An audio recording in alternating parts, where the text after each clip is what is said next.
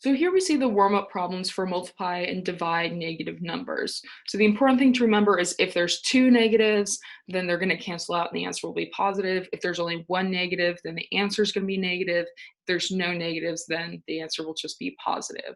And once you kind of get that down, it's just a matter of either using your calculator or doing multiplication or division on your own. So if I'm looking at this very first problem, negative 286 times a negative 412, because there's two negatives, then my answer is going to be positive. So I know for sure that this is a positive. Then I just need to figure out 286 times 412. Wow, that's a big number. My calculator's telling me it's 117,832. Looking at this next number, I'm noticing one negative, so this is just going to be a negative answer. Then I just have 143 times 76. So that is 10,868. And I know some of you are thinking, why can't I just put these into my calculator, which you totally can. I've just seen it time and time again where you miss putting in a negative, or you put in a negative when there isn't, and then your whole answer's wrong because it's not the right sign, essentially.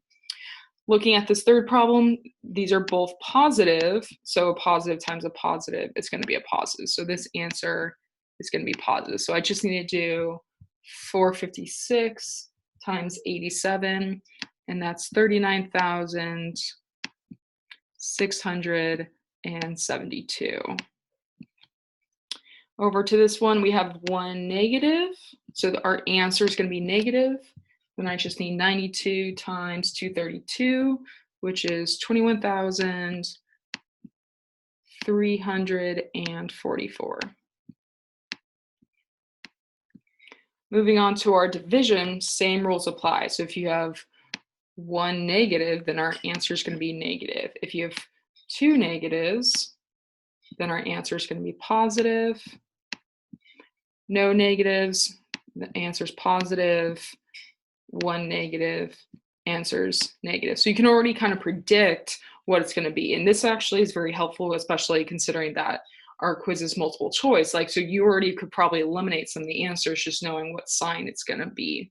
So let's go back to what the actual numbers are. 175 times 25 is 4,375. 6 divided by 3 is just 2, so this is a positive 2 because it's negative divided by negative. 6 divided by 3, both positive, so it's a positive 2 as well.